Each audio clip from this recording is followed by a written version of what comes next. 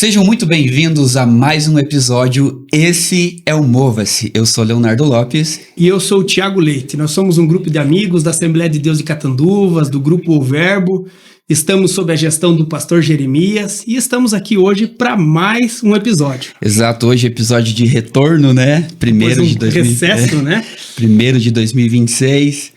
Mas estamos com grandes expectativas de que vidas vão ser alcançadas através desse episódio de hoje. Amém. E hoje estamos aqui, Thiago, com alguém que, além de esposa, mãe, também é missionária. Ana, seja muito bem-vinda ao estúdio do Mova-se Podcast. E para abrir essa entrevista, a gente gostaria que você falasse um pouquinho sobre você, sobre a sua chamada, sobre o seu encontro com Cristo, como é que foi? Fala pra gente. Muito boa tarde, paz do Senhor para quem estiver aí assistindo a gente, né, posteriormente. Uma alegria estar aqui, né, obrigado pelo convite de vocês.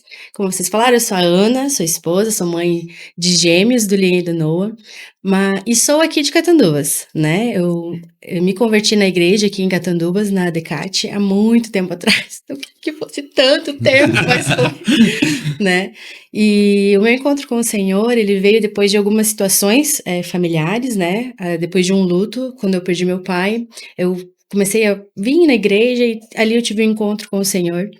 Eu gosto muito desse episódio porque eu estava muito ativa no grupo de jovens, assim, e nós fomos num congresso em Água Doce e tinha uma banda de Blumenau, Mensageiros da Paz, tocando lá. Uhum. E eu havia feito um propósito das quintas-feiras da Vitória, né, de que o Senhor falasse comigo, falasse sobre os propósitos, né, o que Ele tinha para mim. E eu fui, e no segundo dia, no sábado, assim, teve um momento onde o pastor que estava ministrando fez um apelo aos jovens, e todos foram para frente, assim, no momento de oração, de quebrantamento, e a banda começou a cantar. Eles cantaram um louvor, na época muito conhecido, do 4x1, que é Eu Tenho um Chamado. E o cantor foi tomado, assim, pelo Espírito e começou a cantar no meio da juventude. Ele veio até onde eu estava, né, no meu momento com Deus, assim, e colocou a mão sobre a minha cabeça e começou a cantar aquele hino de forma pessoal para mim, né. Você foi escolhida no ventre da tua mãe, você tem o chamado do evangelho anunciar. E esse foi o meu encontro, assim, tanto com o Senhor quanto com o chamado, dessa compreensão. Depois continuei na igreja, me encontrei com o Eliabe, nós, né, tivemos ali o período de namoro, casamos e fomos trabalhar de forma integral naquela época para a igreja. Trabalhamos aqui em Catanduvas, na época com o pastor que presidia aqui, e depois trabalhamos durante 10 anos em Blumenau, né, em Blumenau, muito especificamente na Secretaria de Missões de Blumenau, e também num centro de treinamento missionário. E daí eu amadureci o chamado, né, tendo compreensão daquilo que o Senhor tinha para mim, tendo uma capacitação, né, dos seminários, de ter contatos com missionários, né, de outras Sim. realidades, descobri a missão de uma forma muito mais abrangente, e a partir daí a minha vida no meu cotidiano mudou, né, como eu me relacionava com o propósito do Senhor, assim, para isso. Então, acho que é isso, assim, esse início, esse começo Sim. dessa compreensão de eu fui chamada e isso aqui há uma lacuna, assim, de tempo, um tempo onde você precisa amadurecer esse chamado, Sim, né, ter compreensão, não deixando de viver diariamente ele, mas buscando também compreender aquilo que o Senhor tem para você. E o Senhor mudou no último ano, né, a direção da nossa vida, e nós retornamos aqui para Catanduvas, e hoje estou aqui, né, junto com vocês para compartilhar experiências de viagens, de testemunhos nessa área de missões. Maravilha, seja muito bem-vinda, né? Quero também agradecer por ter aceito o convite. Eu tinha marcado aqui também para falar sobre a sua conversão. Já contei. E também uma dúvida, qual que foi uma primeira experiência real com Deus que te marcou? Porque nem sempre acontece no momento da decisão. Não, a partir de hoje eu vou servir a Deus. Beleza, mas às vezes passa algum tempo e de repente você tem uma experiência real e isso transformador e você, eu não estou num lugar qualquer, não estou servindo a um Deus qualquer. Eu entendo essa experiência que você tem um encontro verdadeiro com Deus. Na verdade, a minha família, os meus avós, eles eram todos cristãos, né? Todos aqui da Assembleia. Em 2009, o meu pai, ele falece, e ele tá no hospital, e ele tá pra morrer, assim, os médicos ligam e falam, olha, não tem o que fazer. E isso era no Dia dos Pais, quando eles ligam pra minha família e falam, olha, não tem mais o que fazer, né, o Paulo, ele vai morrer. E eu, naquela época, era amiga do evangelho, assim, não era... Conhecia, sabia, minha família, eu tinha vindo quando era adolescente, assim, mas eu não tinha uma maturidade para compreender, né, nem tinha aceitado, de fato, seguir o evangelho, ser crente, né. Era mais amiga do evangelho mesmo. E eu lembro que quando a notícia chegou, assim, eu tinha 17 anos na época, né. Nossa, eu chorei muito, obviamente, né, e na hora, assim, eu falei assim: "Ó, me levem na igreja", eu falei pra minha família, né, "Me levem, né, que vocês não me levar, eu vou a pé". E eu vim e eu invadi o culto, né, alguns irmãos mais antigos aqui da igreja, eles vão lembrar desse dia, e engraçado é como o Senhor, ele usa a nossa dor ou as circunstâncias da nossa vida para alcançar pessoas. Porque eu não estava na igreja, mas naquele dia eu venho aqui e interrompo o culto na metade do culto, porque o Senhor prepara as coisas, né. As crianças iam apresentar a homenagem aos pais, e de repente eles escutam um choro, e a igreja silencia, eu entro, tudo descabelada, né, chorando e desesperada. Por um momento o pessoal pensa assim: "É um teatro?", mas de repente alguns me reconhecem. Cidade pequena, né, todo mundo conhece todo mundo. Eles me reconhecem e alguns sabiam, né, que o meu pai estava internado, e alguns familiares levantam e vêm tentar me conter. Eles vêm tentar me segurar, assim, né, pra me consolar e tal, mas eu só tinha um pensamento: "Eu preciso ir lá e falar com o pastor", eu pensava assim, né, porque se eu falar com o pastor e o pastor orar, Deus vai ouvir. E daí aqui abre um parênteses para a responsabilidade da liderança, né, aquele que não tem entendimento de que você pode dobrar o seu joelho e o Senhor vai te ouvir, ele vai olhar aquele que tem um lugar de liderança e ele vai pensar: "Não, se eu for lá eu tenho uma resposta". Isso acontece com o crente. Tá lá na empresa, de repente o colega que não serve a Jesus tá com um problema, o que que ele faz? "Meu, eu vou conversar lá com o fulano, com o Pedro, com o João, com a Maria, ora por mim, se tem um conselho", porque eles têm o entendimento de que nós temos uma resposta para situações, né, então naquele momento, eu pensei: "Não, eu preciso falar com o pastor, saiam da frente", e eu fui. E eu não conhecia o pastor, né, eu não sabia quem era o pastor da época, assim, eu cheguei no público: "Cadê o pastor? Cadê o pastor?". Daí ele veio até onde eu estava e disse: "Fala, querida", né. E daí eu falo pra ele: "Olha, meu pai está morrendo", e uma curiosidade interessante é que um final de semana antes, o meu pai tinha vindo na igreja, e ele era desviado, né, não servia mais, tinha anos antes servido o Senhor, se desviou, não estava mais, e naquele domingo ele veio, um domingo antes. E Deus usa esse pastor para falar com meu pai, falando assim: "Olha, se humilha, coloca a sua casa em ordem, que essa semana eu tratarei contigo". Uma mensagem, assim, bem pesada. Bem dura. Eu não estava no culto naquele dia, mas uma semana depois, né, exatos uma semana depois, a filha do cara entra na igreja desesperada porque o pai tá morrendo. Então, assim, é um Deus que fala e que cumpre o que fala, né. E daí ele falou: "Olha pra igreja e pede". Daí eu olhei pra igreja chorando, pedi.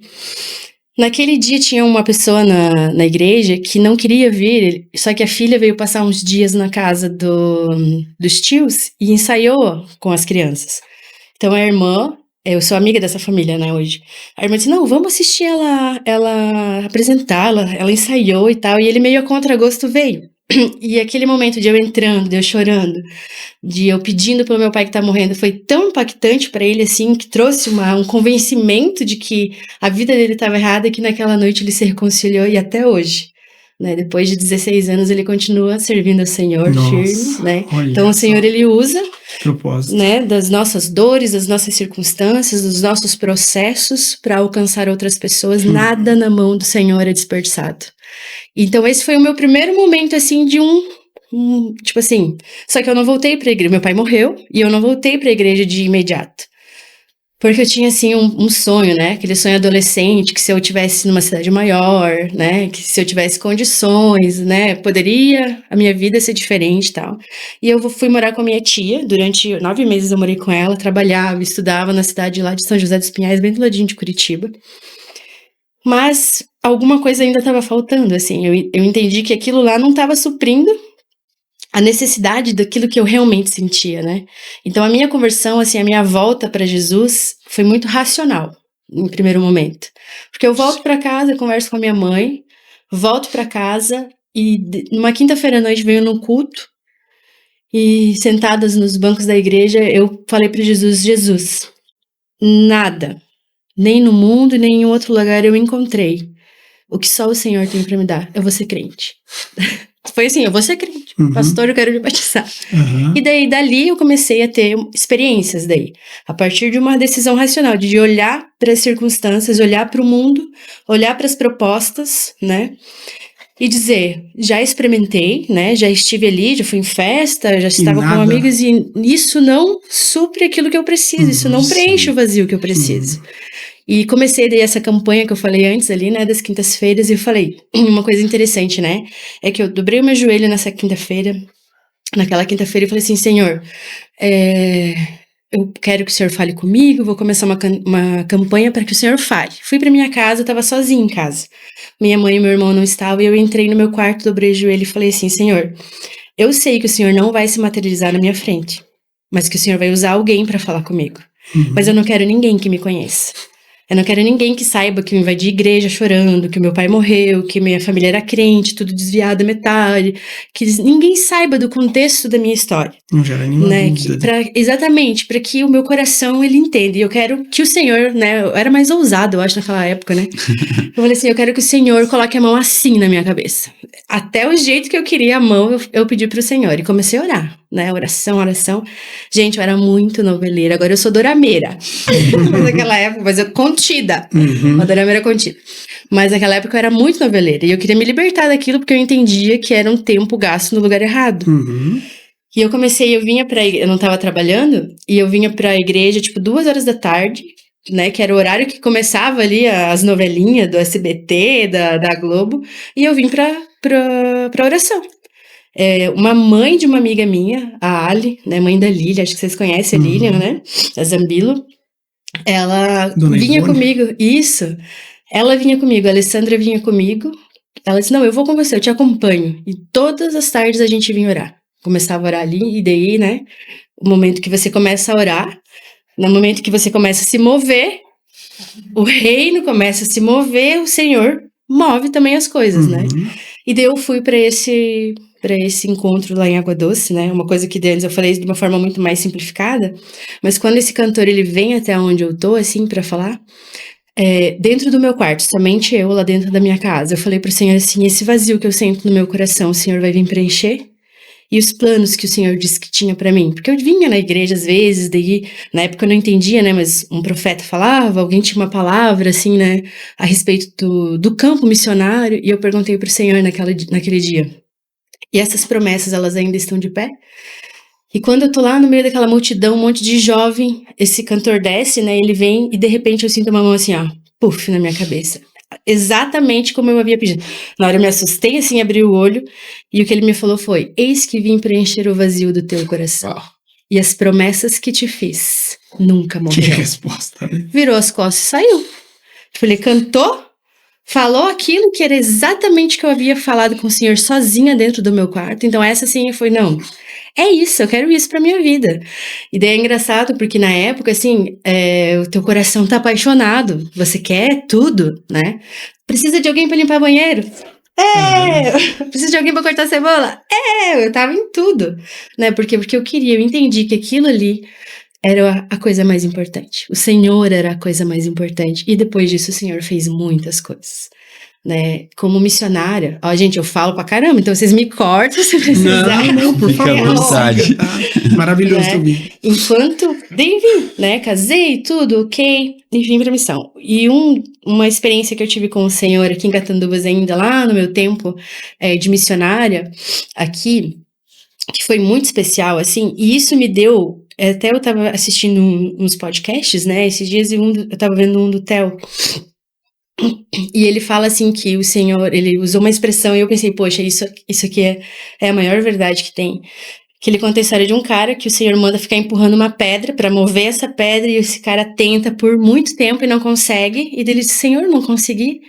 E daí o Senhor falou, não, aquilo que precisava acontecer, aconteceu. Você está com um músculo, teu corpo tem resistência, agora você está pronto. Porque o foco não era mover a pedra, mas era transformar a pessoa. Eu acho que toda a experiência que você tem no seu cotidiano, ela molda você para que você viva todos os dias os planos do Senhor. Então, assim, eu já vivi experiências, assim, bem doidas, porque o Senhor chamou a gente para ter um coração ousado, só que a gente é constantemente roubado pelo medo, né, por Satanás, assim, que quer minar nossa mente com medo, com dúvidas e com timidez, talvez, né. Então, assim, eu sou bem comunicativa, sempre fui, né, mas também já vivi experiências de, tipo assim, será que é isso? Será que não é? E eu lembro que, enquanto trabalhávamos aqui em Catanduvas, teve um dia que eu fazia café para receber os irmãos que vinham do interior para o culto de Santa Ceia. E isso era uma quinta-feira. No sábado eu ia ter que fazer esse café e pegou bem assim o final do mês e o dia da ceia era dia 2, nós não teríamos recebido ainda, né? E lá em casa as coisas estavam acabando, tá? Tinha acabado o açúcar, tinha acabado um monte de coisa. E eu lavando a louça, então assim, o Senhor ele fala muito, né? Tem um versículo bíblico que vai dizer para você orar constantemente, né? Ore sem cessar, ore o tempo todo. Então você tá lavando uma louça, você tá ali conversando com o Senhor. O que a gente tem que ter cuidado hoje, às vezes eu me cobro disso, porque às vezes a gente coloca alguma coisa para assistir lá. Coloca alguma coisa para ouvir, enquanto eu poderia estar falando com o Criador. Naquela época não tinha tanto isso, eu tava ali lavando a minha louça, né? E eu falei assim para o Senhor, né? Um relacionamento bem pai e filha, assim, eu falei assim, olha, eu não sei o que o Senhor vai fazer, se vira, né, mas eu tô sem açúcar, pai, e eu preciso do açúcar até sábado, né, e eu não vou ficar pedindo pros outros, então dá um jeito, dá seu jeito, Senhor, eu brinquei com ele, assim, enquanto lavava a louça, como não, ele estava ali comigo, e a nossa mesa, assim, era retangular, e eu cheguei e bati num determinado lugar da mesa com a minha mão, e eu falei assim, aqui, Senhor, até o final do dia eu preciso. E saí fazer visitar as irmãs mais idosas, assim, da igreja, porque voltei cedo, voltei umas 5h30, porque tinha culto, era quinta-feira. E quando eu abro a porta, assim, deixa eu ver a porta, que eu abro a porta, assim, da minha casa, que eu olho onde eu bati a minha mão, tinha 1 quilo de arroz e 1 quilo de açúcar. E eu levo, assim, me dá um gelo, né? Eu olhei, assim, aquilo e pensei, meu Deus, e daí eu fui procurar o Eliabe, porque eu sabia que alguma coisa tinha acontecido. E eu procurei ele, ele falou, não, eu fui visitar um irmão novo, um morador novo da cidade, ele é representante daqui Arroz. E quando a gente estava saindo da visita, ele falou, olha, eu não costumo muito fazer isso, mas deixa eu dar um negócio aqui para vocês. E ele deu para nós um arroz e um açúcar. E o Senhor, ele faz. Ele responde a gente só com precisa... detalhe, Exatamente. Né? Por que isso me marcou tanto? Porque, primeiro, o Eliabe poderia, porque ele é bem organizado, o Eliabe, né? Ele poderia ter guardado no armário. E com certeza ele teria guardado no armário. Tinha 4 cantos daquela mesa. Ele poderia ter colocado no meio, em cima da pia, em cima do fogo, em qualquer lugar. Mas o Eliabe soltou aonde eu e o Senhor sabia que eu tinha colocado a minha mão, né? Pra não ter dúvida. Exatamente. De que era ele que tava. Pro Senhor dizendo assim, ó, das pequenas coisas. Se você confiar as pequenas coisas pra mim, as mais simples, eu dou conta. A gente só não vive mais milagres porque a gente não crê. Sabe, a gente só não vive mais milagres porque a gente não confia de que o Senhor é poderoso para fazer. A gente crê até talvez para a vida do outro, quando a gente fala, quando a gente ora, mas quando é para nossa vida, às vezes a gente, não, talvez comigo o Senhor não faça dessa forma. Isso é uma mentira do diabo, porque ele é um pai presente, poderoso e que está atento a tudo aquilo que a gente precisa. E a gente só não vive mais milagres porque a gente não crê que ele é poderoso para fazer. Então... E para você ver que a ousadia é algo muito poderoso. Talvez algumas pessoas até considerem essa palavra com sentido ruim, mas é algo necessário, importante. Nós sermos ousados na presença. Eu lembro que esses dias eu estava pregando sobre Bartimeu, e Bartimeu, ele tem uma atitude ousada de ouvir Jesus. Ele ouviu que Jesus estava passando, a reação dele é gritar, é Jesus, filho de Davi, tem misericórdia de mim, uma atitude ousada. E eu lembro que eu estudando sobre, mas o que é ousadia? É literalmente você agir diante das situações que te desafiam o medo, você fazer algo diferente. E é muitas vezes isso que a gente precisa, porque às vezes a gente está tão acostumado. Às vezes a gente entende a ideia de relacionamento com Deus como é o momento que eu dobro o meu joelho, é o momento que eu venho para a igreja, quando na verdade é o dia todo. Você é um relacionamento, você fala que ele ouve, você está trabalhando, mas está falando e ele está ouvindo. E essa é a ideia de relacionamento com Deus que a gente precisa desenvolver. E se você faz a tua parte, a dele, Ele faz. deixa pra ele, né? E às vezes a gente não faz a nossa parte, duvidando de que será que vai acontecer, e aí eu não faço nem a minha. E aí, realmente, a resposta não vem. Falando sobre ousadia, assim, né, trazendo mais para outras experiências que eu vivi, assim, a partir de ser ousada, né, de ter uma identidade bem clara, porque a gente é atacado na nossa identidade. Jesus também foi atacado, né? Mas o Senhor, se a gente prestar bem, assim, ter esse relacionamento com o Senhor de uma forma pessoal com Ele, tendo Ele como nosso Pai, realmente, se você for olhar para a Bíblia, quando Jesus ele vai ser batizado, o Senhor vem, Deus vem e fala assim, esse é o meu filho, né, em quem eu tenho alegria. E ele depois é levado ao deserto para ser tentado. E aonde Satanás vai tentar Jesus primeiro? Na identidade de quem ele é. Se tu és filho de Deus. Então, aonde que nós somos tentados, né? Ou aonde nós somos atacados pelo diabo? Na nossa identidade, né? Se a gente é realmente filho, né? Quando a gente peca, a gente faz exatamente, a gente fala às vezes de Adão e Eva, mas a gente faz igual. A gente peca, ao invés de a gente ir para os pés do Senhor em arrependimento, sabendo que ele é um Deus perdoador, a gente se afasta, se esconde. Mesmo sabendo que a gente não se esconde de Deus, essa é uma reação que a gente tem. Reação humana. Né? Então, Jesus, ele é o nosso exemplo nisso, assim, porque ele sabia quem ele era, né? Deus havia falado, a palavra de Deus foi suficiente para dentro do coração de Jesus ele saber quem ele era. Então, Satanás vem e atenta ele na sua identidade, se tu és o filho de Deus, né? Mas Jesus sabia. Como é que Jesus responde Satanás? Com a Bíblia, né? Então hoje a gente vive um tempo onde a gente coloca num sentido geral, assim, né? Tanto as distrações que a gente não consome ou não aprecia a Bíblia como deveria, a gente não tem ela guardada na mente e no coração, porque quando Satanás vem para nos afrontar com algo, a gente responde com a palavra, porque foi isso que Jesus fez, né? Quando ele tentava, Jesus respondia com a palavra, e a gente não pode se enganar, porque ele também conhece a palavra, porque ele mesmo fala, mas tá escrito. Só que ele quer mentir, ele faz isso desde o início. Se você for olhar para o Éden, quando ele tá falando com Eva, ele pega aquilo que Deus falou e ele distorce o que Deus falou. Então, assim, ele vai pegar a própria palavra, às vezes, para nos atacar, para distorcer aquilo que tá, né? Mas se nós estivermos com o nosso coração centrado naquilo que precisa estar, que é no Senhor, a gente são armas poderosas. A gente vive num mundo onde a realidade espiritual, ela não é tão palpável mais, talvez, né? Mas o mundo espiritual é mais real do que essa mesa que a gente tá encostando aqui, assim, né? Então, como é que a gente vence no mundo espiritual? Com as armas espirituais, né? E Efésios vai falar sobre elas.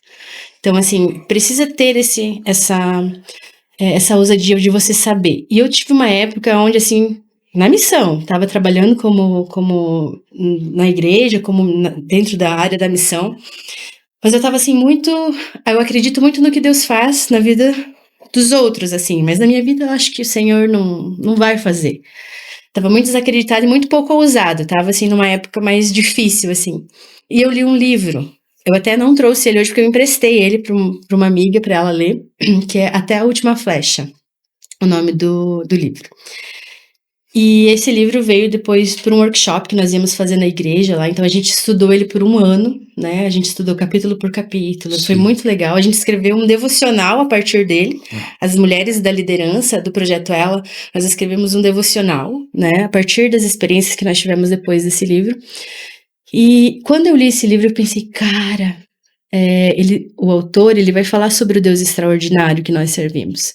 E a verdade é que às vezes a gente esquece que Deus, ou não crê que Deus pode fazer isso na nossa vida.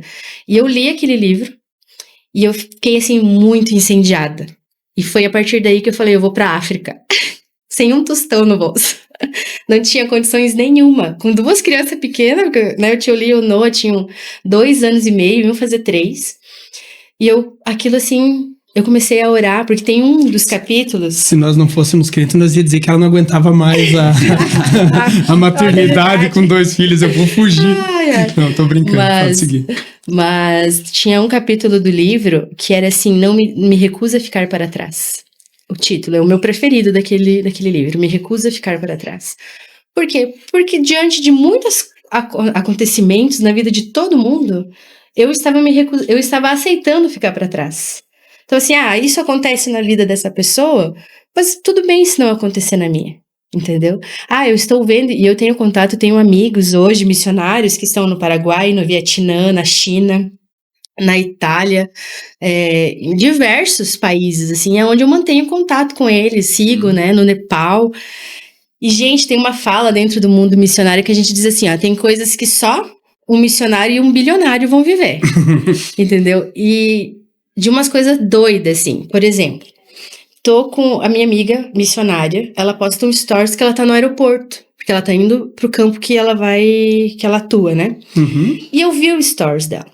E no stories não aparecia nada, era só ela dentro de um aeroporto. O que eu faço? Naquele momento o Senhor toca o meu coração e eu mando uma oferta pra ela do que eu tinha. Eu não lembro agora quanto que era, se foi 70, 80 reais, não lembro quanto que era de dinheiro que eu enviei. E eu coloquei assim, pra você tomar um cafezinho. E ela me manda uma foto na hora. Quando eu fiz o Pix e mandei o comprovante pra ela, ela me manda uma foto que ela tava sentada na frente do Starbucks, olhando o pessoal tomar café. E que ela pensou. Ela disse assim, queria ter condições. Queria ter um dinheiro agora, Senhor, pra tomar um café. Que é uns cafés diferentes. Foi resposta na hora. Porque o Senhor, Ele cuida dos detalhes. Exato. E assim, se você convive com um missionário, gente, você fica de cara. Porque o que Deus faz? Porque os caras confiam. Porque eles não têm quem não confiar. Estão num país estranho, estão num lugar estranho, longe da família. Às vezes os mantenedores abandonam tudo. O que aqui é uma sacanagem, que você falou, você tem que cumprir até o fim. E os caras vivem na dependência. Assim, umas coisas assim que você... Senhor. Só que eu me recusava a viver isso. Quando eu não acreditava que aquilo era pra mim. Depois que eu li esse livro, eu pensei, não. Deus, eu me recuso a ficar pra trás. E eu comecei a orar sobre isso. Comecei a ir na oração. Senhor, muda o meu coração. Eu preciso crer que essas coisas extraordinárias que eu escuto os meus amigos missionários falando são pra mim também. Porque eu também tenho esse desejo missionário. E daí aconteceu que passou alguns meses, eu orando sobre isso, pensando sobre isso, surgiu uma oportunidade de ir para a África, né? Numa viagem que ia ter 18 dias na África. Daí você pensa, sou mãe de gêmeos, na época missionária, trabalhava na missão para a igreja, não tinha assim condições, né? E muitas coisas me impediam de viver aquilo, mas uma coisa não me impedia de viver, o meu coração estava disposto. Eu tava com o meu coração, eu quero viver isso. E comecei a incomodar o William. Posso ir nessa viagem? E eles assim, a gente não tem dinheiro. Eu falava, o dinheiro é o menor dos meus problemas. Meu pai é dono do ouro da prata. Então isso ele manda, cheio de fé. Né? Não, amassava, saía óleo. Não, mas e as crianças? Não, eu tenho a mãe, eu dizia, eu tenho a minha mãe. Ela tá disposta, ela tá disponível, né? Ela vem e fica com as crianças. Vamos pensar e tal. Peraí que eu vou tomar um golinho aqui, senão eu vou ficar até o final desse podcast segurando essa coisa. Enquanto tu fala, tu toma teu mate aí, eu tava pensando muitas vezes, a gente se apega a tudo que é possível antes. Sim. Então eu vou recorrer a todos os outros caminhos. Aí eu não consigo, aí eu vou, Senhor, mas eu gostaria. E sendo que teria que ser exatamente o contrário. Primeiro eu vou a Ele. E aí ele vai... Isso, ele é o recurso, né? Recurso. Então a gente inverte muitas vezes isso, né? E o missionário, ele entendeu algo que todo cristão deveria entender. Uma vida de dependência em Deus. Porque igual você falou, a gente se apega tanto aos nossos próprios recursos. Eu dependo tanto da minha própria capacidade. E aí eu acabo me frustrando... Porque existem limitações, né? E quando a gente depende de Deus, é um Deus que surpreende. É um Deus que supre. E até o pessoal talvez está enjoado de ouvir eu falar disso, mas é que nós precisamos aprender a estar satisfeitos em Deus. Porque quando nós estamos satisfeitos nele, né? Isso, ele é suficiente para nós. E quando a gente entende isso, evita muitas frustrações, evita muita... como é que eu posso dizer, muitas crises emocionais, porque quando a gente confia no homem, quando a gente confia nos nossos recursos, vai chegar o tempo em que a gente vai ser decepcionado. Mas quando a gente está satisfeito nele, a gente depende de Deus, ele não nos decepciona, por mais que seja diferente daquilo que a gente quer, mas existe um propósito. E já é um lugar de descanso, né? Aí a partir desse ponto, eu descanso no Senhor. Porque, para quem eu poderia recorrer, eu já recorri. Agora... está na mão dele. Isso me faz lembrar, eu já volto para terminar esse testemunho que eu tô contando, mas isso me faz lembrar com isso que você falou. Eu estive em Israel no ano passado e eu estive em uma das prisões do apóstolo Paulo.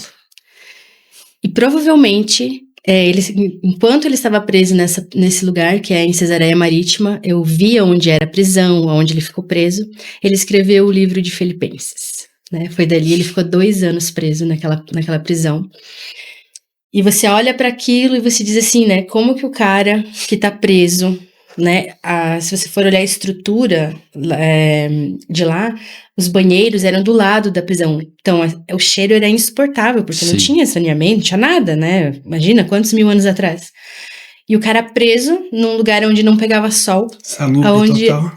Onde tinha só uma janelinha assim, ó, pequenininho, ele estava preso ali, e dali ele escreve, dali ele glorifica, porque a alma dele não estava presa nas coisas. O problema é que a gente está vivendo muito com o coração aqui. Exato. E não com o coração no céu. Então, se Jesus nos fez livre, mesmo quando nós estamos presos, nós continuamos livres, porque aquelas grades não prenderam o apóstolo Paulo.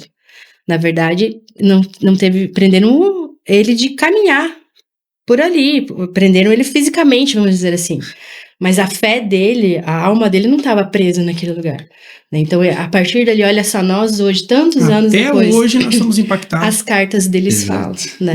Por quê? Porque ele entendeu que a satisfação dele não estava nas coisas. E aí, próprio Filipenses, eu até estava procurando aqui, capítulo número 3, que ele parece que ele faz uma autoavaliação. Ele fala, ó, eu fui circuncidado, eu tenho a linhagem, eu sou hebreu de hebreu, ele fala. Segundo a lei, fui fariseu, mas ele está olhando para tudo isso, ele está dizendo, eu passei a considerar tudo como perda. Tudo perde o valor quando se comparado a Cristo. Então aí está sacado, uma vida de dependência de Deus. E isso vem muito conversar com a realidade que nós vivemos hoje, porque nós vivemos uma realidade muito confortável. Então hoje, gente, a vida tá fácil, vamos falar a verdade? A vida tá fácil. Vamos pegar para dona de casa, a vida tá fácil. Se não para todos, para a grande maioria. Né? Se a gente pegar coisas simples, como hoje tem máquina de lavar, hoje tem água encanada todo mundo. Existem regiões sim que não tem, mas na grande maioria tem um básico que há 30, 40, 50 anos atrás não tinha. Todo mundo hoje consegue, grande maioria tem um carro. Então, assim, o que os nossos irmãos, e esses dias eu vi um vídeo, assim, que me deu um frio, assim, né, que a geração de ferro está indo, né, que são a geração dos nossos avós, dos nossos pais, que eles foram formados dentro do quê?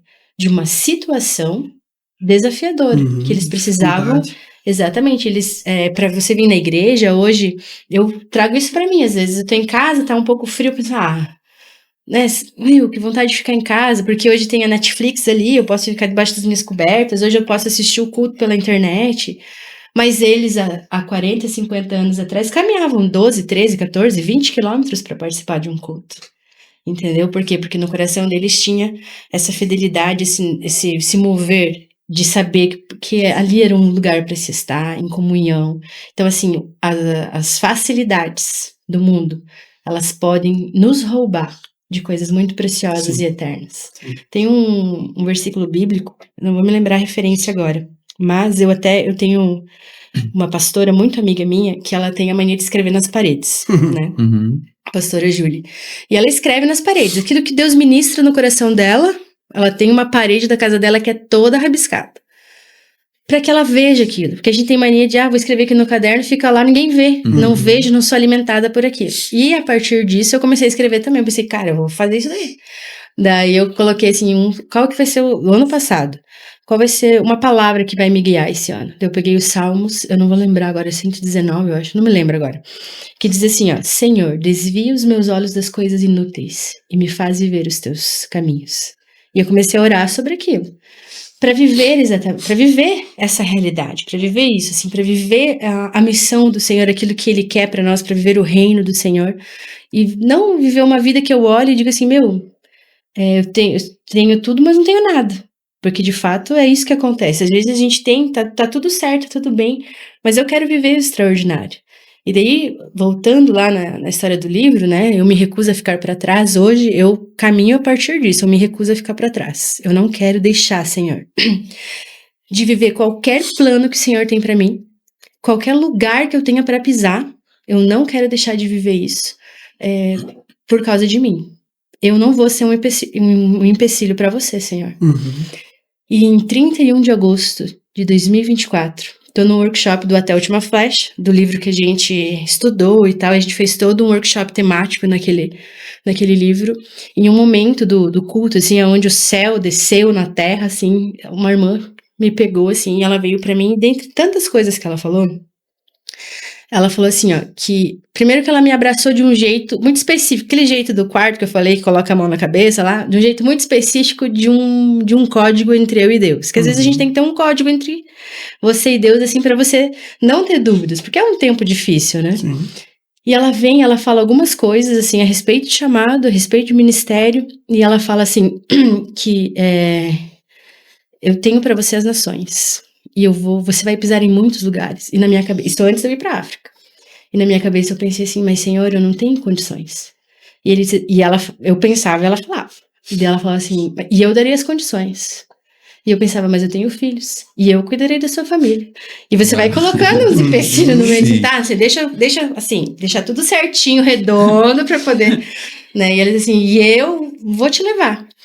E eu desci de cima do púlpito, peguei meu celular e escrevi no meu WhatsApp pra mim marcar, pra eu saber o que Deus falou, a data que Deus falou, porque eu queria deixar isso registrado. Por quê?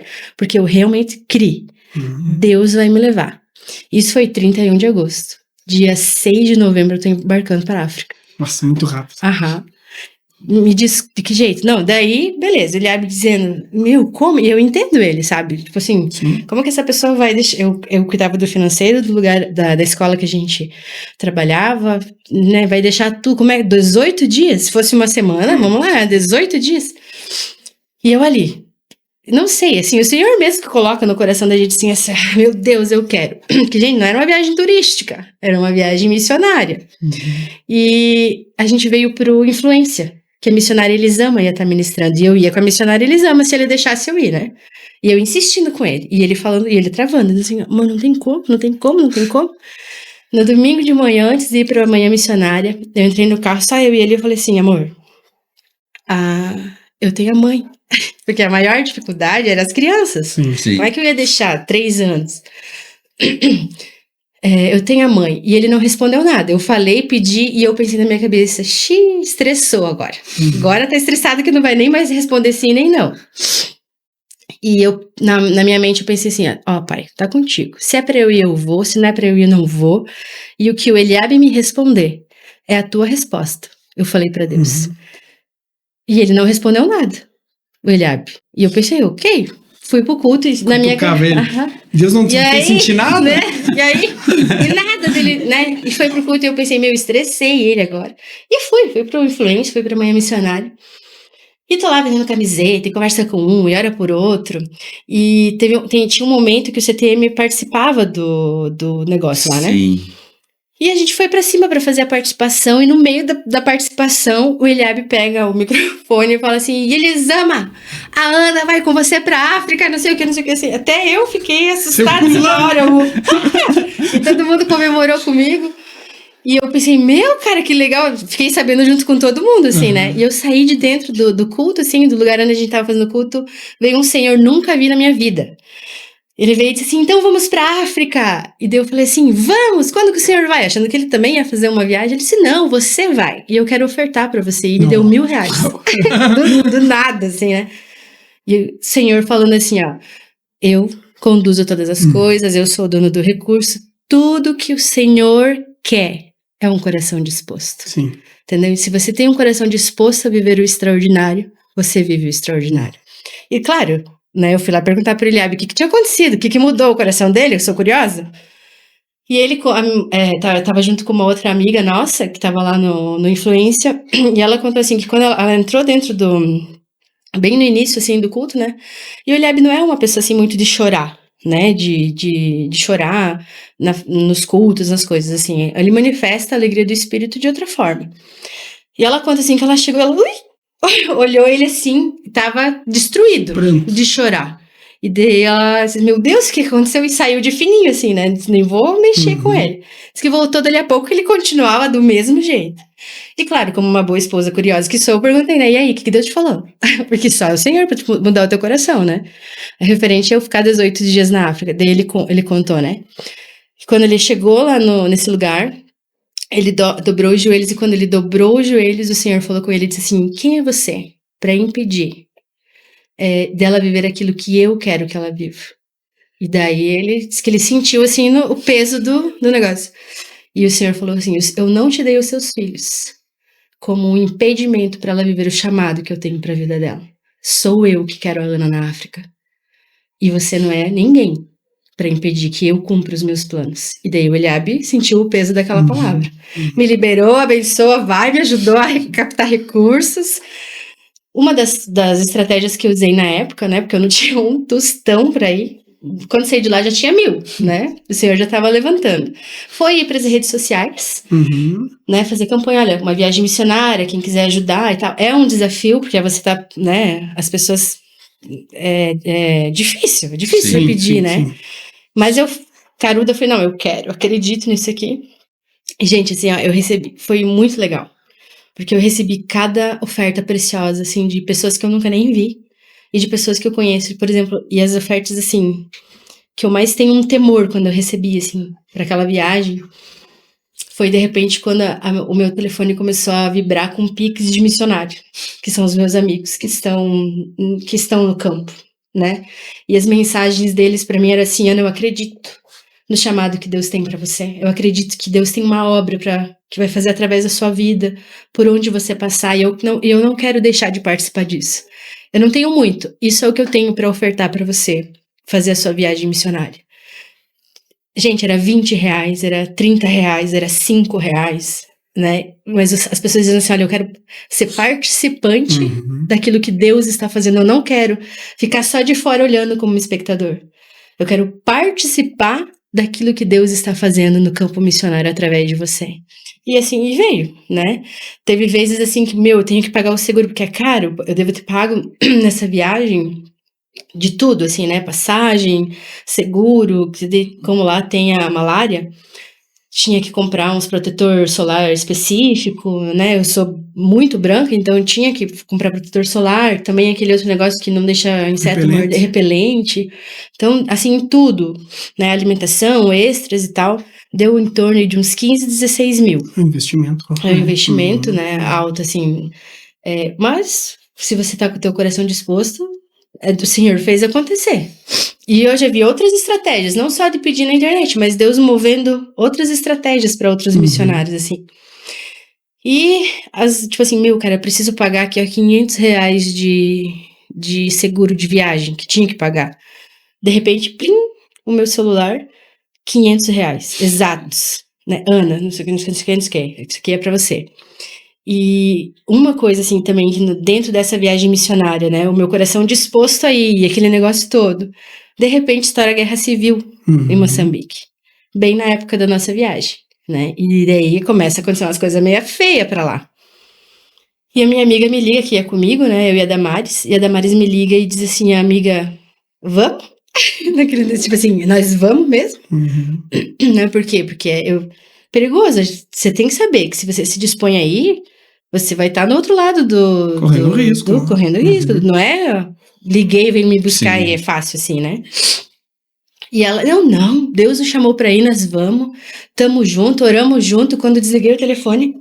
Se até o Eliabe já tá convencido, imagina, o que é uma guerra civil? Que nada, eu assim, desliguei e pensei: Senhor... Nós pra eu ir mesmo? É agora mesmo, Deus? Que medo! Não dá pra ir pra Colômbia, pra o Peru? É porque você é humano, você vai, mas você tem que ir na fonte. E eu lembro assim que eu dormi, e do outro dia de manhã acordei, tava lá fazendo minhas coisas, meu telefone toca. Uma pessoa que eu não conheço, assim, tinha me mandado um pix, viu o meu vídeo e tal. E na descrição do Pix dele, porque antes de dormir ali, eu falei pro Senhor: Senhor, é pra eu ir pra África mesmo? É agora, eu tenho filho, Senhor, eu quero ver meus filhos crescer, né? A pessoa escreve assim na mensagem do Pix, assim: Ana, a África te espera. Falei, pronto, era só o que eu precisava. Só mais Deus falou de novo, vai. E eu fui. E, gente, assim, ó, foi uma experiência muito legal. Muito legal. Durante 1,5 nós tomamos banho com 1 litro de água assim, ó. São os perrengues de viagem missionária, né, meu povo? 1,5 nós ia lá numa bica, pegava o coisinho de água e... Ui! Molhou aqui, ó. Não tem problema. E se jogava... Tem um paninho aí, pessoal? Só pra me secar aqui. E tomava banho com esse litrinho de água. Sim. Né? Então, porque o país é uma outra realidade. Né? Existem as cidades onde são mais estruturadas, mas nós fomos para regiões mais desafiadoras, assim. Sim. E a missionária Elisama cuidou muito bem de nós, tanto da casa que ela pegou pra gente ficar, o grupo ficar, nós fomos num grupo, né, pro grupo ficar. Quer que eu... Vamos lá, pessoal. Organizar aqui, pessoal. Fiz uma baguncinha aqui. Vamos lá.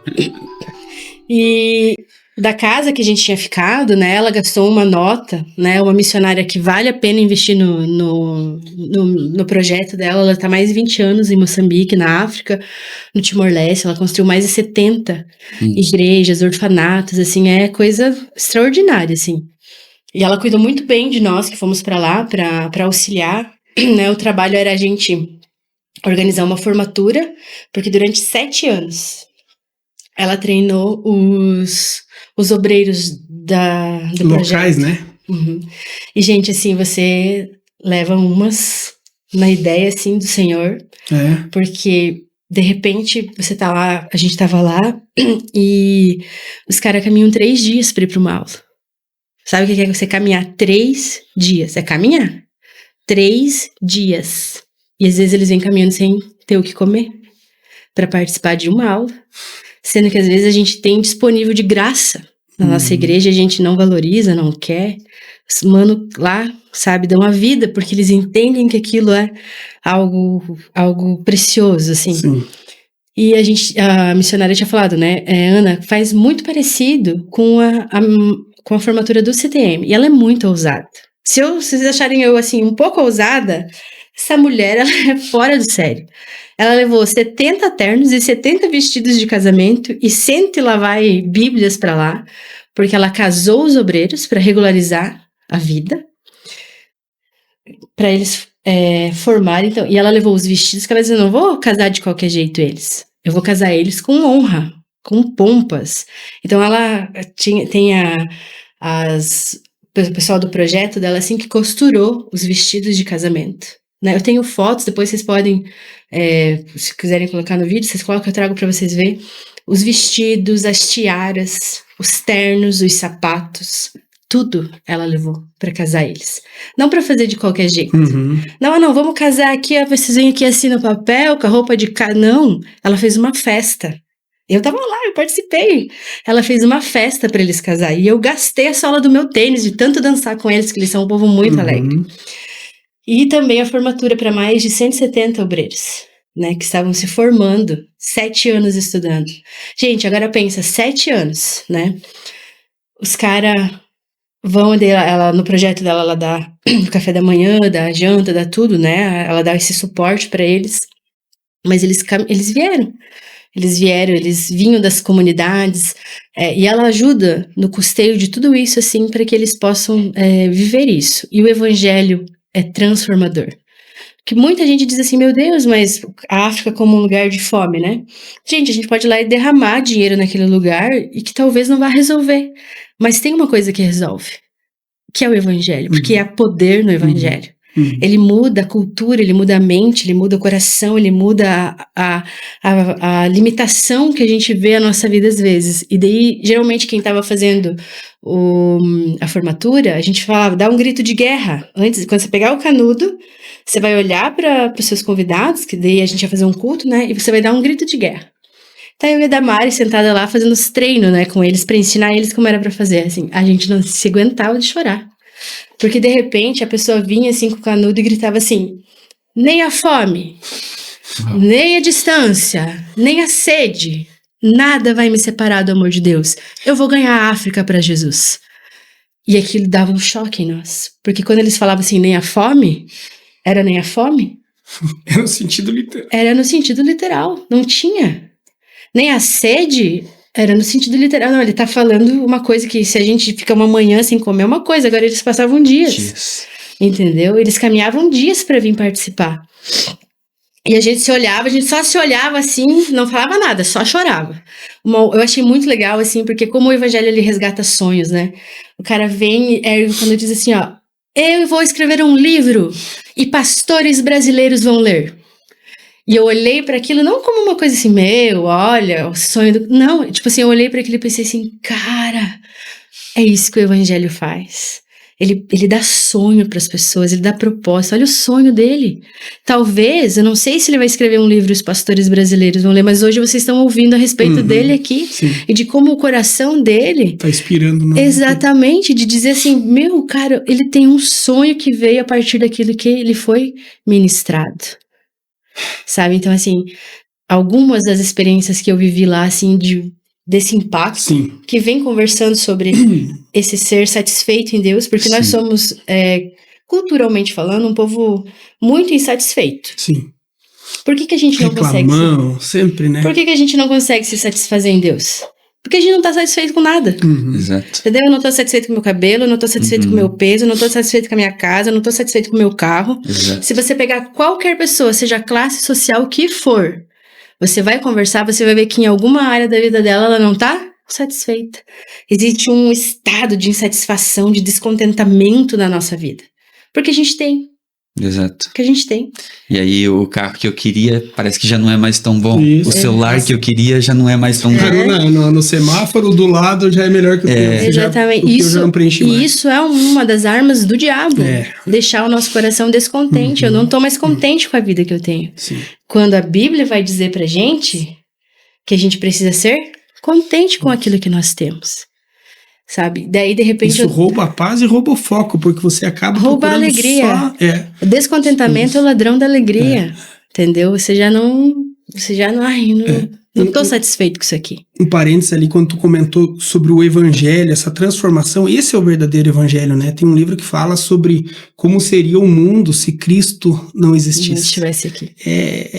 Você imagina assim, na Grécia, eles matando bebês porque nasceu com síndrome de Down, porque nasceu com qualquer deficiência, doença. Aqui mesmo, os índios nativos que nasciam gêmeos, isso, enterravam porque ser albino. Exatamente. Então você imagina, e aí cabe a nós difundir esse evangelho e quebrar essa barreira. Vocês já leram ou vocês já viram o livro Fator Melquisedeque? Não. É um livro que eu recomendo, você que vai assistir esse podcast, vai atrás, Fator Melquisedeque, ele vai falar que Jesus já se apresentou, você não precisa, você vai ver muito isso se for conversar com missionários muçulmanos, você não precisa levar Jesus para lá, ele já está lá, você precisa revelar Jesus. Quem é ele? Né? O Fator Melquisedeque, ele vai dizer que Jesus já se apresentou para as nações, mas precisa de missionários que vão para revelar Jesus. Por exemplo, teve um missionário que vai estar escrito no Fator Melquisedeque, se eu não me engano, que ele chega numa localidade indígena para falar de Jesus. E ele começa, depois de muita dificuldade, a questão da língua. Hoje, a maior dificuldade para evangelização no mundo, missionário qualquer, é a língua. Né? Então, assim, a maior dificuldade da evangelização é o fator linguístico, né? Você aprender a língua daquele povo. E, enfim, passou-se tempo, conseguiram, e ele começa a falar sobre Jesus. De repente, aquela comunidade diz, espera aí, a gente já sabe, a gente conhece, tem uma pessoa, olha só o que eles testemunham. Naquela tribo, quem tinha, chega a ser engraçado, mas é a realidade da diversidade das culturas, né? Então, naquela tribo, quem usava uma folha maior para cobrir-se, na sua roupa, os índios lá que se cobriam com folhas, quem usasse uma folha grande na frente para se cobrir, tipo assim, tinha muito respeito na comunidade. E de repente aparece um índio que eles veem que tem a pena mais bonita ou a folha mais bonita e maior. E essa pessoa se apresenta para eles, conversa com eles, fala sobre eles, diz assim, olha, eu vou enviar alguém que vai vir falar sobre quem eu sou para vocês. E aquela pessoa desaparece. Passado algum tempo, chega esse missionário, começa a falar para eles sobre Jesus, sobre quem Jesus era, o que Jesus havia feito. Eles falam, peraí, teve um cacique que um tempo atrás passou aqui pela nossa tribo e que é muito parecido com quem você está falando. Então, o fator Melquisedeque, ele vai trazer algumas definições de que você não precisa levar Jesus para ninguém. E Jesus, assim, Jesus, ele já está lá. Uhum. Então, assim, a gente tem às vezes mania, eu não gosto disso, de que a gente precisa estar vendendo Jesus. Jesus não é um caixa de banana na feira que você precisa fazer alguém comprar. Ele é Deus Todo-Poderoso. E ele vai se revelar através da minha vida para quem ele quer. Então, assim, se eu for para onde um missionário for enviado, ele não precisa levar Jesus para lá, porque Cristo já está lá. Ele precisa ir para revelar Jesus naquele lugar. Aquele filho de um dos líderes do Hamas, né, que o próprio Cristo se materializou para ele, e ele se converteu, e hoje ele é um dos maiores combatentes, das maiores autoridades contra o Hamas no Oriente Médio. Então, Deus é o Todo-Poderoso. Às vezes a gente acha de que depende muito da minha eloquência, da minha forma de vestir ou de vender. O próprio Deus, como você falou, e sendo que não é assim. Não é assim. Eu tenho que estar disposto e na mão dele. E, assim, ó, a gente vai olhar muito para as nossas limitações, né? A gente esquece de olhar para a Bíblia daí. Moisés era gago. Davi era o menor da casa, né? Raabe, uma prostituta. Então, assim, Deus, ele ama trabalhar com quem tá com o coração disposto. É isso que eu quero. A mensagem que eu quero deixar aqui hoje nesse podcast é essa. Se você tem um coração disposto, é tudo que o Senhor precisa para te usar.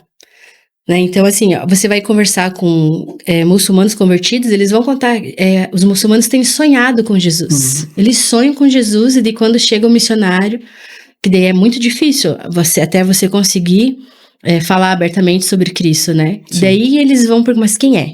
E só para vocês, eu tive uma experiência, eu trabalhei algum tempo com um dos 9 segmentos menos evangelizados do Brasil, que são os surdos, né? Eles estão entre os segmentos menos evangelizados do Brasil. Hoje, eu não sei os números atuais, mas na época tinha 3,8 milhões, se eu não me engano, não lembro assim de cabeça, de surdos no Brasil, e menos de 1% era evangelizado. Porque se um surdo, se você não sentar com ele e não falar para ele, ele não tem como ele saber. E eu sempre fui muito envolvida, assim, sempre gostei muito, e olha, se eu não sirvo aqui, se aqui já tem gente demais servindo, tem um outro lugar para mim servir, entendeu? Esse negócio de, mas não me abre espaço, isso daí é desculpa, entendeu? Porque tá cheio de gente, tá cheio de lugar que você pode fazer. Se não tem o púlpito para mim, tem a porta, tem a casa em casa, tem a escola, tem aonde for. Eu sempre fui dessa.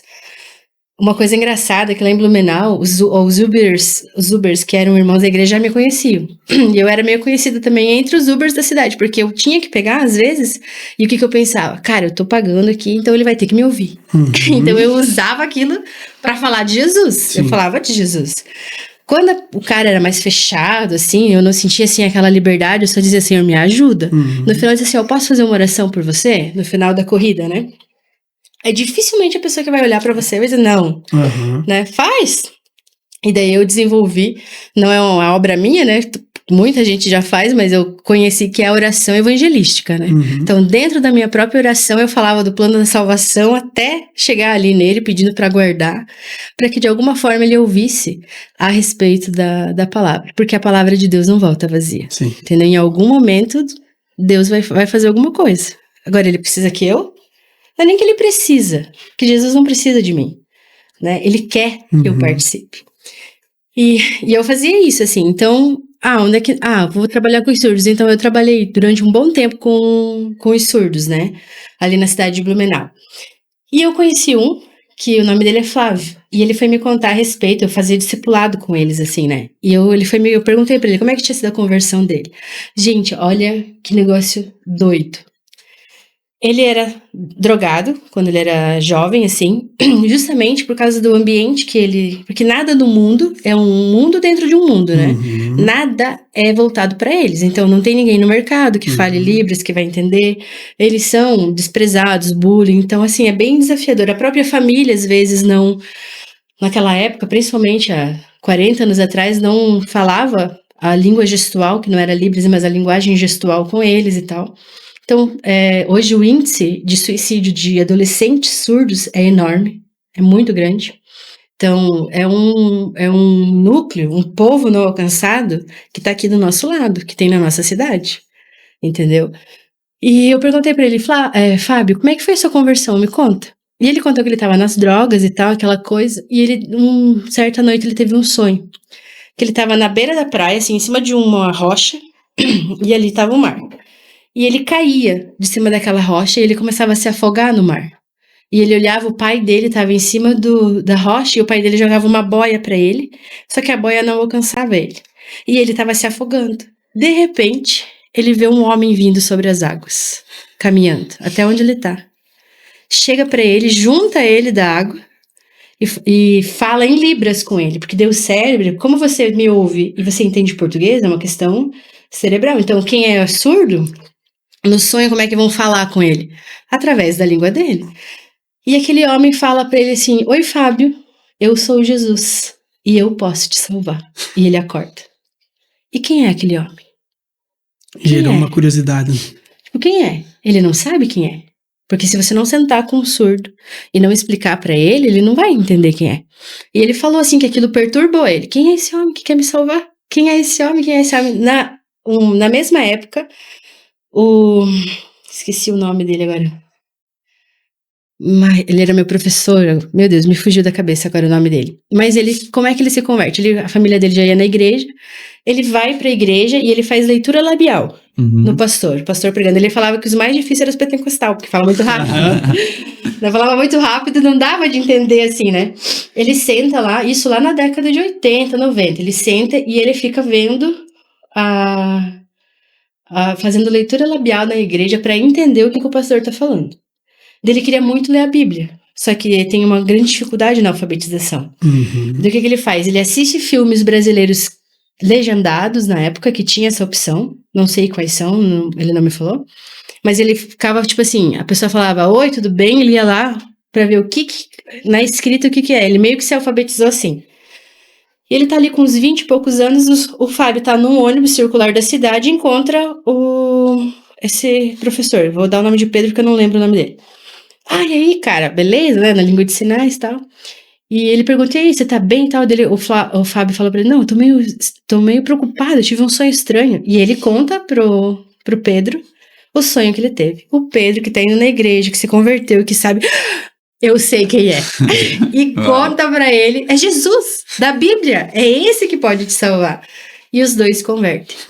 Né? E eu conheci os dois desse tempo que eu trabalhei com os surdos, assim, né? E a gente fica assim, cara, Deus, antes de qualquer um falar, Jesus se apresentou para ele e disse assim, eu sou o cara que posso te salvar, mas precisou alguém, né? Revelar para ele quem era Jesus. E uma outra coisa, né? Com esse meu professor, eu tava fazendo aula, e um dia eu cheguei para ele e perguntei assim, como é que é o sinal, né? Como é que é o sinal da mãe de Samuel?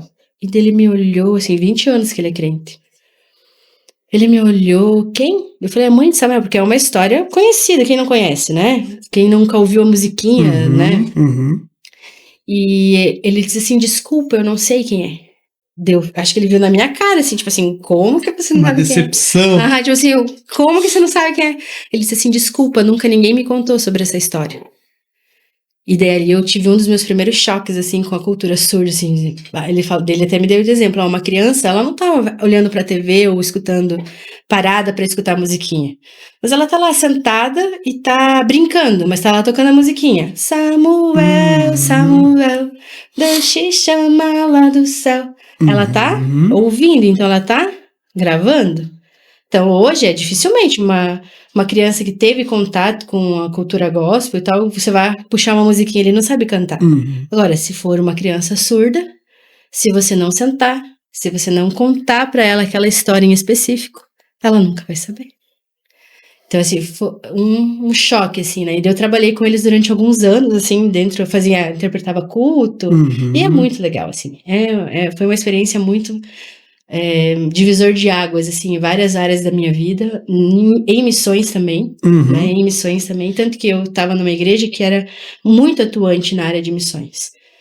Mas eu não estava no campo missionário, mas eu sabia que aonde eu estou é o meu campo missionário. Sim. Né? A minha casa é o meu campo. O tamanho do leque de missões, né? Exatamente. Aonde você quer aonde atuar, você né? estiver. Né? Tudo que Deus quer é o quê? O teu coração disponível e que você olhe e você diga que antes de qualquer coisa, você é um missionário. Então, antes de eu ser uma professora, eu sou uma missionária. Antes de eu ser um psicólogo, eu sou uma missionária. Antes de eu ser um advogado, eu sou uma missionária. O teu primeiro chamado é ser um missionário, quando você é cristão. E é a partir daí que você se move, né? Quando você tem esse entendimento, daí o reino se expande e você vai alcançando pessoas, sabe? E é isso, assim, né?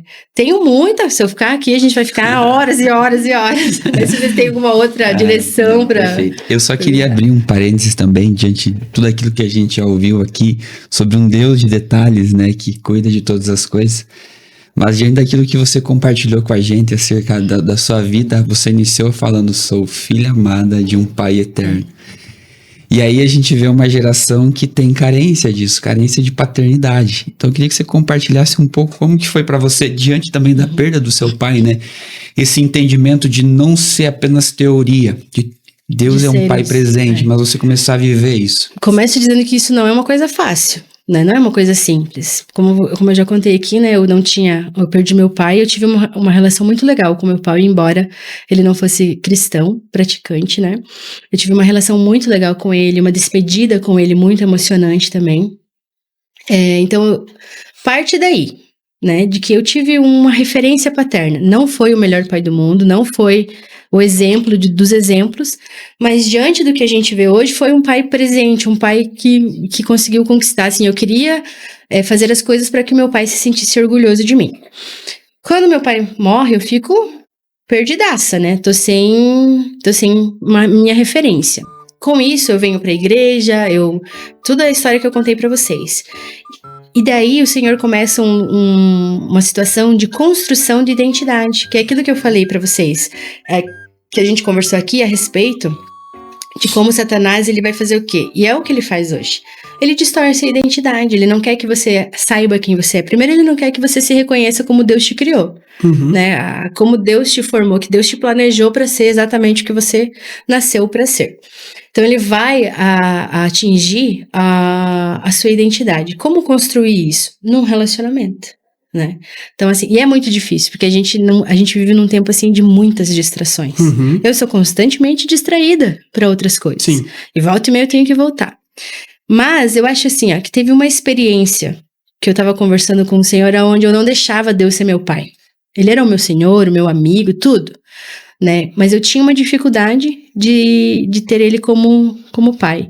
E hoje, né, quando eu vou falar assim, quem você é? Eu sou uma filha amada de um pai que é eterno. Eu tenho um pai antes do meu pai terreno, né? E foi no momento de uma crise, assim, da minha história, né, de uma situação, assim, muito desafiadora que eu vivi. E eu lembro, assim, que eu estava em oração falando sobre isso, assim, né, com o Senhor, sobre essa questão de paternidade. E eu fui num culto, e inclusive era a missionária Elisama que estava pregando, que é uma mulher de Deus, assim, né. E ela fala sobre aquilo e a mensagem mexe, assim, sabe quando você fica pensando e voltando e tal, e eu numa conversa com Deus, o Senhor me fez lembrar de uma situação com o meu pai.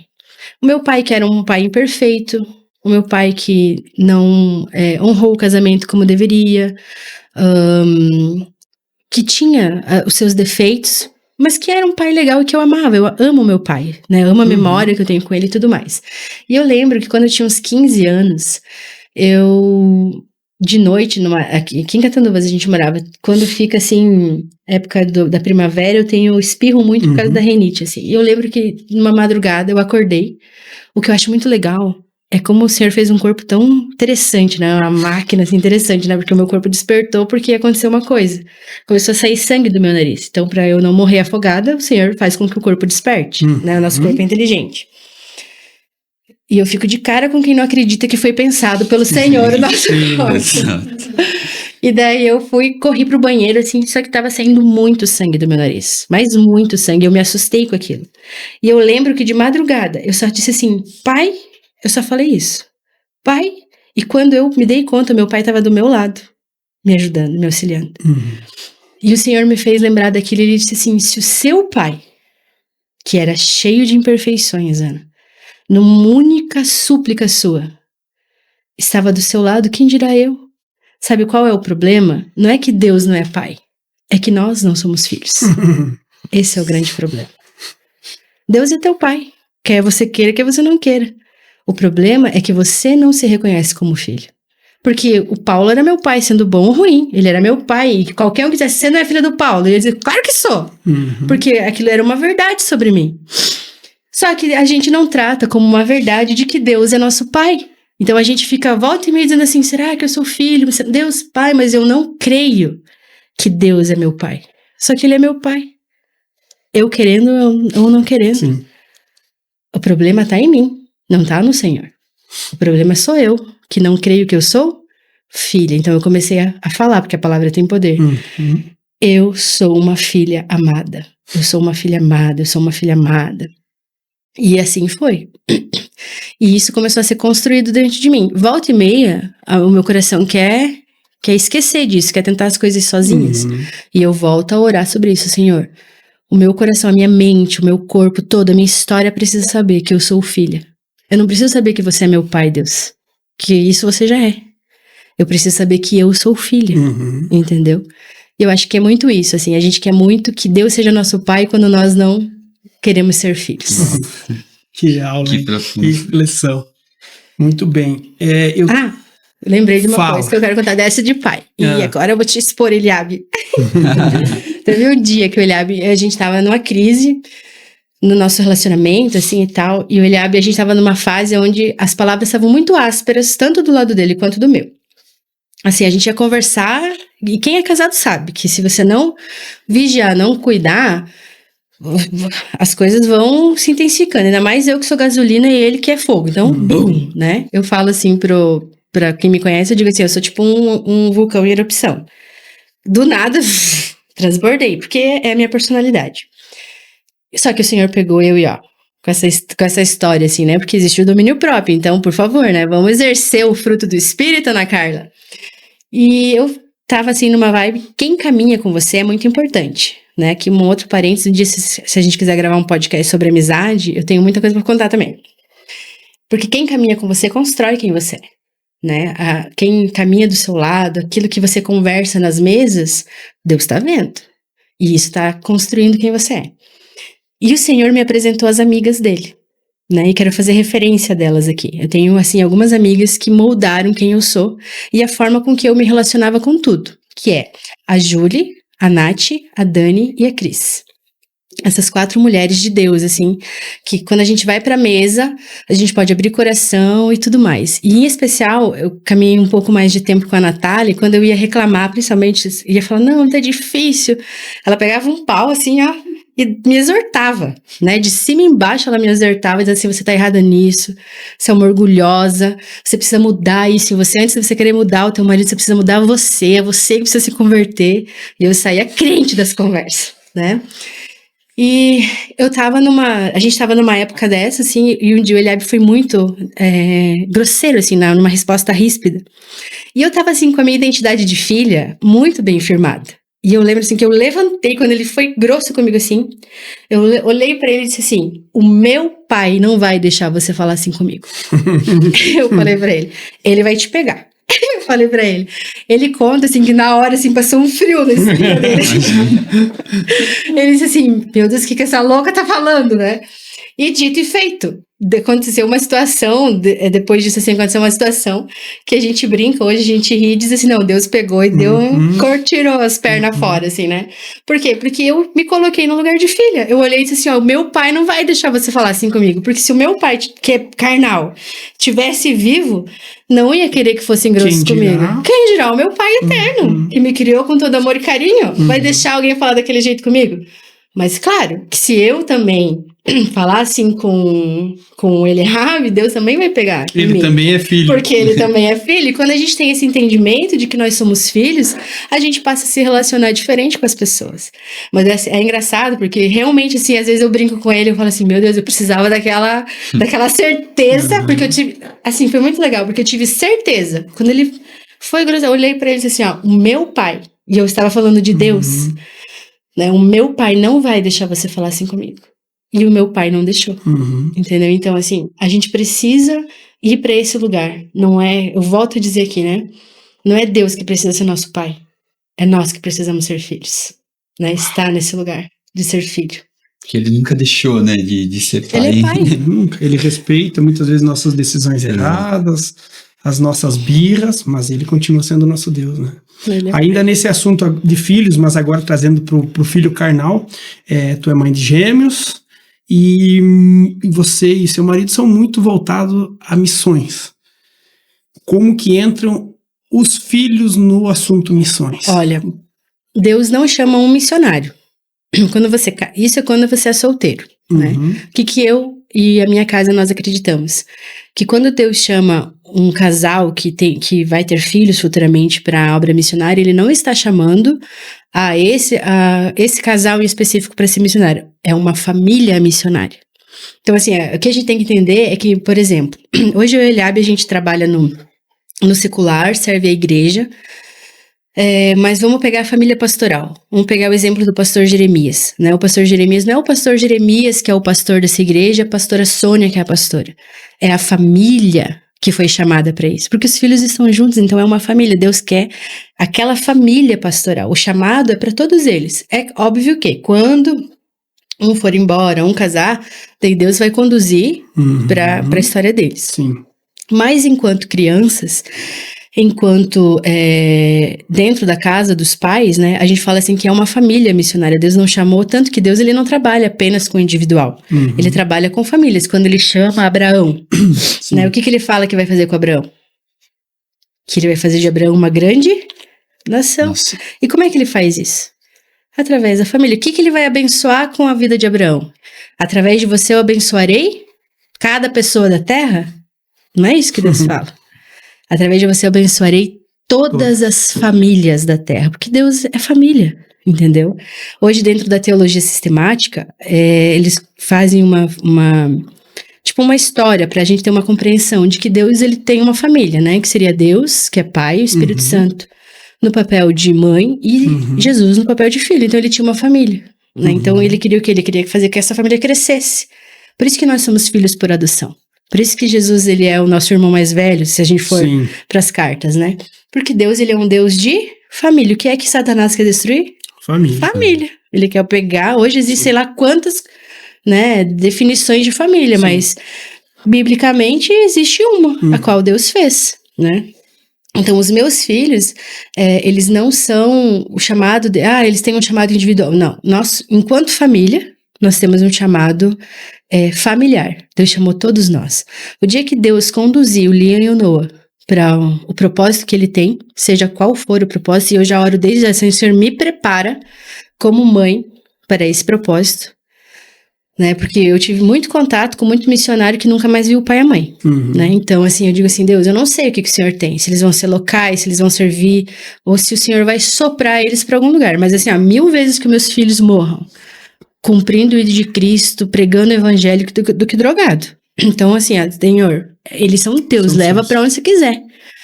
Eu que aguente, né? A saudade, o que for, que no céu a gente vai estar tudo junto. Sim. Mas, ai, Jesus, que medo. Mas, coração de mãe, né? Eu olho às vezes e digo assim, meu Deus, Senhor, guarda, né? Mas quando o Senhor conduzir eles pra qualquer lugar, daí vai ser o tempo deles pra construir a família deles. Então, enquanto eles dentro da minha casa, eles são participantes daquilo que Deus está fazendo em nós em família, para nós em família, né? Então, assim, qual é a minha função? Eu revelar Jesus para os meus filhos, sim, o que é um grande desafio, né? Você revelar, porque eles estão diariamente comigo, então é no tom da minha voz. Tem até alguns reels, páginas que a gente segue às vezes no Instagram, e tem uma assim que é um conteúdo que eu li um tempo atrás, assim, que mexeu muito comigo, assim, né? Porque dizia assim, o Senhor será revelado no tom da sua voz, quando você fala com seus filhos, né? E eu grito, às vezes, eu tô, né, com os cabelos em pé desse tamanho, dou uns gritos pra irem pro lugar, e de repente eu paro e penso, poxa, não é assim. Não que gritar não seja necessário às vezes, né? Não é, ai meu Deus, que culpa, existe muito essa questão da educação positiva, mas é você saber dosar o seu tom de voz, até nisso você precisa como pai e mãe. Então, como que eu vou revelar, né, Jesus para os meus filhos? Eu falo que antes deles serem nossos, eles são do Senhor, Deus é Pai, né? Eu os amo, mas tem alguém que ama mais vocês, que é Jesus, e por aí vai. E você vai plantando isso no coração deles. Interessante, né? eles entenderem que eles já fazem parte de uma missão, eles já são missionários. Exatamente. Né? Não é assim, futuramente, quando vocês crescerem, talvez vocês vão... Pode até acontecer isso, mas desde já vocês já fazem parte de uma família missionária e vocês têm um papel aqui dentro. Tanto que vocês mudaram de cidade, eles mudam junto e... Eu lembro que eu fui num evento muito legal, que é o Vocari, há muito tempo atrás. E lá a gente fazia, não sei se vocês conhecem ou já ouviram, voltado para jovens. Eles faziam todo ano, hoje acho que eles fazem a cada 3 anos, ou nas regiões, assim, né? E eu lembro que nós acordávamos cedo de manhã, nós íamos para caminhada de oração. E daí você ia orando em silêncio, um atrás do outro, assim, uma caminhada para orar. E ia passando motivos de oração para você orar. Né? Tinha uns cardzinhos, aquele que você quisesse que o Senhor conduzisse seu coração, você segurava, passava os outros pra frente. E todo mundo ia orar por alguma coisa. E eu lembro, assim, que um que mexeu comigo, porque eu nunca até então havia orado sobre. Era ore pelos filhos dos missionários. Né? Então, assim, de uma forma muito específica, para que eles entendam, porque, claro, existe uma coisa, eu falar que eles fazem parte da missão é uma coisa. Mas eles entenderem o chamado. Entender que eles são parte da missão, precisa de mim, mas precisa do auxílio do Espírito Santo na vida deles, eles precisam se converter, filho de crente não é crente, né? Então, existe toda essa movimentação, então nós precisamos orar sobre isso, porque justamente o que você falou, né? Diferente dos filhos de irmãos que o Senhor talvez nunca leve para nenhuma nação, os filhos de missionários estão no ambiente, de repente vão para outro ambiente, mudam de país, né? Existem os desafios para eles, principalmente nos países perseguidos, né? Enfim, é mais nesse sentido, assim, né? De você ir plantando isso dentro do coração deles. Uma coisa também que eu gostaria de compartilhar aqui com vocês, que é algo que eu acredito que toda família é missionária, né? Então, quando a gente vai falar sobre isso, eu acredito que todo cristão tem uma frase muito famosa, que eu esqueci quem é normal eu esquecer as referências, mas eu sei a frase, que diz assim, ó, todo cristão ou é um missionário, ou é um impostor. Você tem internet, pesquisa quem falou, que eu acho que eu sei, mas eu tenho medo de errar. Mas e eu acredito nisso, que todo cristão, ou ele é um missionário, ou ele é um impostor. Porque a lei maior ali, quando Jesus ele vai dizer, ok, ide fazer discípulos. E ele não está falando apenas para os discípulos dele. Né? Ir de fazer discípulos é o quê? É você ir ganhando pessoas, se multiplicando. Né? Você vai ver que a perseguição veio e o evangelho, bum! Isso foi só por causa dos discípulos? Óbvio que não. Isso foi para todo aquele que teve um encontro com o Senhor e compreendeu. Então, assim, toda família é um missionário. Se todo cristão compreender que ele é um missionário aonde ele estiver. Charles Spurgeon. Eu estava entre ele e um outro teólogo, mas eu não tinha certeza. Charles Spurgeon.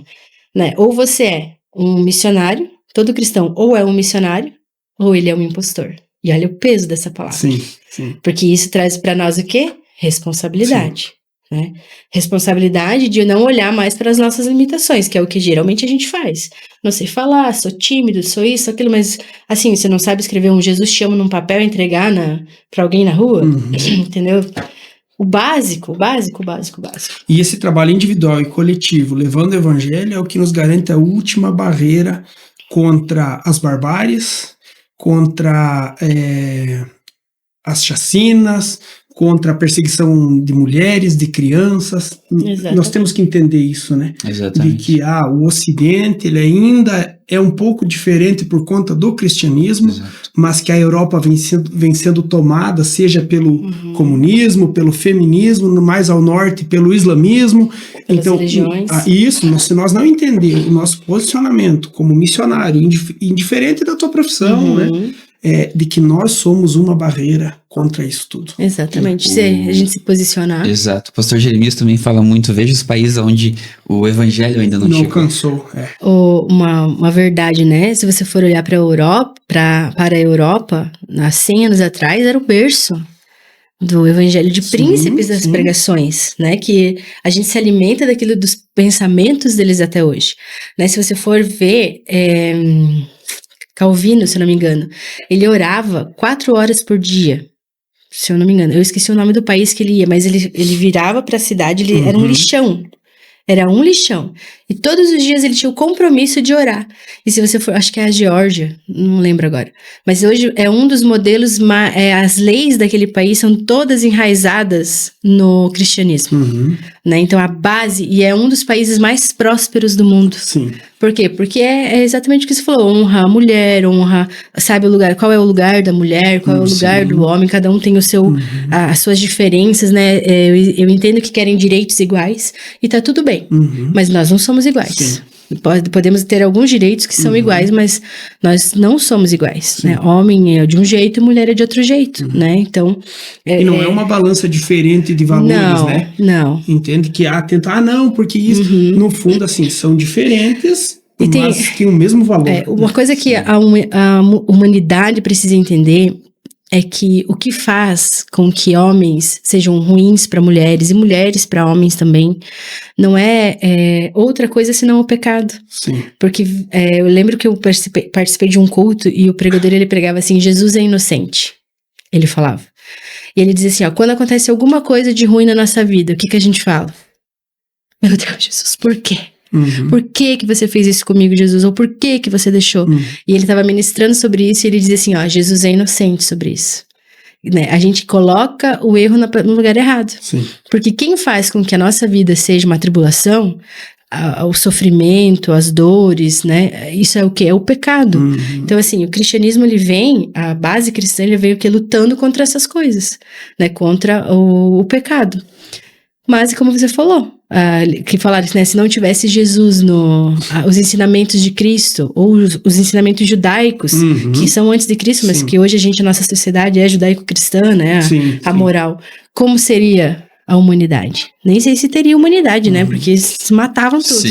Sim. Né? Perfeito. A gente já vai encaminhar para o final, e eu queria aqui abrir um último assunto, né, e fazer uma pergunta com isso. Eu e a Andressa, a gente teve esse ano um Descende Brasil. E é uma experiência incrível, né? Nossa, não tem como mensurar. E também pelo fato de a gente teve em Curitiba 40 mil pessoas unidas com o mesmo propósito. No Brasil, 300 mil pessoas unidas com o mesmo propósito. Você também teve na primeira edição, Eu estive na primeira edição em São Paulo. E é inegável falar que Deus não está fazendo algo, Deus está fazendo algo, e principalmente sobre o Brasil. E eu creio muito nisso. E eu queria agora ver, por um lado, de uma missionária, como você enxerga esse movimento que está acontecendo no Brasil? Eu acho assim, que, como você falou, o Senhor, ele está movendo, ele está fazendo algo.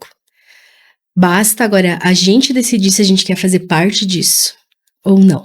Porque a gente tem, infelizmente, a oportunidade de dizer, Senhor, não quero viver isso aqui. Como olhar para isso e dizer, eu quero fazer parte disso aqui. Eu acho muito bacana, assim, esse despertar que o Descende dá, né, que ele abre os olhos, principalmente de que aonde você estiver, você pode ser um missionário, né, aonde você estiver. Porque tem pessoas que pensam que para ser missionário precisam ir para qualquer outro lugar do mundo, e sim, tem gente que tem chamado para isso, e a gente precisa ser pessoas que dão suporte, que seguram a corda do outro lado.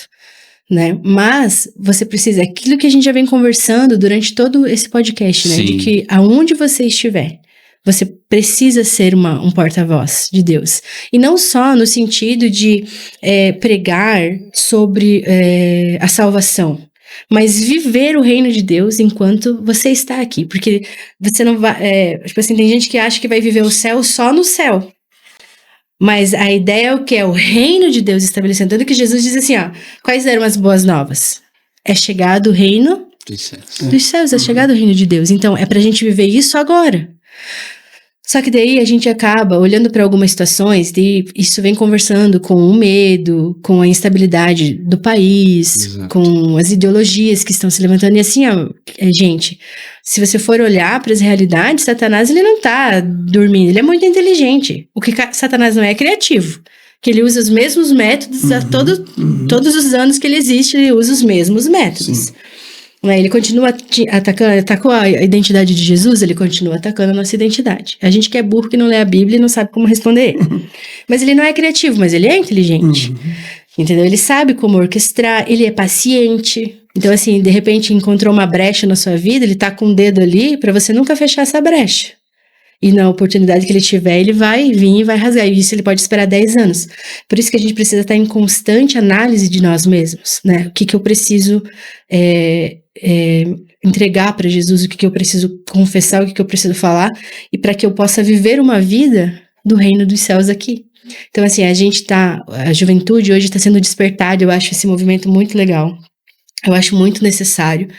Eu acho que a gente não pode desprezar, algumas pessoas têm, assim, aquele saudosismo pelo passado, né, de que o Senhor, ele operava só daquela forma. A gente não pode desprezar o que aconteceu no passado, porque o chão que nós pisamos é os caminhos que eles abriram com os joelhos, né, em oração. Então, a gente tem muito a aprender com os nossos irmãos mais antigos, mas a gente não pode desprezar que na juventude está a força, né, e que o Senhor está fazendo algo. Agora, basta nós decidirmos se nós vamos vivenciar e viver esse algo junto com o Senhor ou se nós vamos ser meros espectadores. Por exemplo, às vezes eu converso com o Eliabe, tem um rapaz da área da política que eu sigo e gosto muito, né? Que se posiciona de forma que eu considero interessante. Não conheço as questões minuciosas da vida dele, mas naquilo que eu vejo, eu olho e digo assim, poxa, que legal, é uma voz para essa geração, né? Assim como existem vozes para essa geração que encaminham para um caminho que eu não concordo, esse cara fala a respeito de um caminho que eu concordo, que é o Nicolas Ferreira. E às vezes eu fico olhando para ele e dizendo, será que não é o José do nosso tempo, sabe? Que sempre teve misturado política com religião, né? Sim. Alguém tem que se levantar, uma voz tem que se levantar para conduzir. Eu olho para o Theo Hayashi, que é um dos idealizadores do Descend, a postura dele como igreja, né, como líder na nação, e eu digo assim, será que eu não tô vendo o Moisés do meu tempo aqui, sabe, que tá conduzindo, que tá erguendo a voz sem medo de estar em todos os lugares da sociedade. Eu acho que o maior desafio missionário hoje é os cristãos entenderem que todos nós somos missionários e que nós precisamos estar em todos os lugares. Tem alguns lugares que a gente olha e a gente diz assim, não, isso aqui não é pra gente se envolver, não tô falando sobre pecar, tô falando sobre lugares específicos onde o evangelho precisa ser pregado. Então, que a juventude possa se despertar para isso, assim, né, e que o Brasil possa enviar, é um dos países que mais envia missionários, e que possa continuar enviando. E eu vou dizer um negócio para vocês, que os últimos números apontam que o maior número de missionários no mundo são mulheres. Então, assim, a gente precisa orar pelos homens. Para os homens ser corajosos para ir. Entendeu? Porque existe uma agenda de Satanás para destruir aquilo que é masculino, a masculinidade, sabe? Destruir a figura. A gente vê isso ao ligar a TV, ao abrir o Instagram. Para destruir a figura daquilo que é o homem, um homem segundo aquilo que Deus instituiu para ele ser, um homem no sentido original daquilo que Deus o fez. E que eles vêm, Eles vêm se retraindo, se acovardando e tá tudo perdido se a gente for olhar por um lado. Então nós somos a resposta para tudo isso, né? Para essa geração. Mas as mulheres são fortes mesmo, porque se tu olhar na história, questão de oração, sempre mulher orou mais do que homem. As maiores mantenedoras de igrejas são mulheres, nas missões também de contribuição, sabe? Então elas têm um coração mais voltado. Nós homens estamos perdendo de lavada nessa. E isso precisa ser uma coisa que a gente precisa mudar primeiro em nós. E depois na nossa casa, e depois na nossa comunidade e na nossa cidade. Então, assim, eu acho que a gente tem muito campo para fazer, para ministrar, para falar, para se mover, sabe?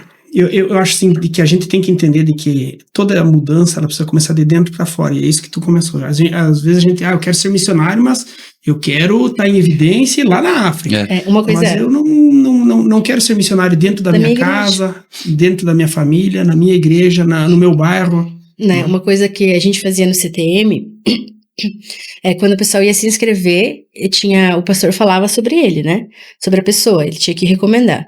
Então a gente dizia assim, se você é uma pessoa que não serve a sua igreja local, como é que você quer servir as nações? Se você não é capaz de limpar um banheiro na sua igreja, se você não é capaz de ser líder dentro da sua igreja, ser uma pessoa de confiança na sua igreja, como que você quer ser isso nas nações? Então, assim, é exatamente isso. Eu preciso... vamos pegar o apóstolo Paulo. Quantos anos ele ficou lá fazendo tenda para depois iniciar o seu chamado missionário? O problema é que as pessoas querem aquela missão de Instagram, entendeu? Evidência. Exatamente, de que, meu Deus, eu vou para ali, vou fazer isso. Não, gente, existe um tempo, você precisa se preparar espiritualmente. Tem pessoas que é rápido, realmente Deus converte hoje, amanhã ele envia e tá tudo bem, acontece muito com gente legal, mas a gente tem que ver também, que a gente precisa servir, né, o nosso coração. Ele não pode ter uma diferença, não, eu tô disposto a ficar 18 dias acordado das 5 da manhã às 2 da manhã, lá na África, mas eu não consigo servir um sábado no estacionamento da minha igreja. Sim. Daí, as coisas precisam conversar. Sim. Entendeu? Senão não adianta. Entendeu? Então, você precisa servir a sua igreja local. Você precisa servir. Muito legal. Muito boa a conversa, né? Muito boa, muito boa. Mais alguma pergunta? Não, da minha parte é isso. Já quero aproveitar e agradecer a Ana mais uma vez. Foi um momento maravilhoso de aprendizado. Que Deus siga abençoando a ti, tua família, teus filhos e vocês possam seguir sendo inspiração para nós. Deus abençoe sempre. Amém. Bastidores, alguma pergunta? Tudo ok? Então tá bom. Ana, obrigado, tá? Por ter aceitado o convite. Para nós foi um tempo muito edificante. Sentimos a presença nesse lugar e com certeza não só como nós fomos despertos para algumas coisas aqui nesse momento de conversa, eu creio que aqueles que vão assistir esse podcast também vão ter um choque de realidade e mudar algumas coisas nas suas vidas. Então, muito obrigado, tá?